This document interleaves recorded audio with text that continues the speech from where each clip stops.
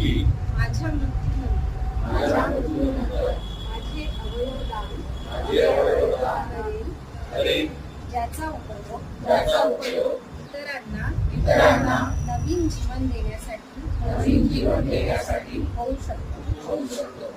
माझ्या देशात प्रत्यारोपणाकरिता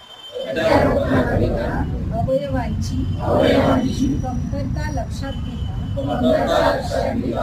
मी ही सुद्धा प्रतिज्ञा करतो. अवयवदानाकरिता इतरांना प्रेरित करण्याचा प्रयत्न करेन.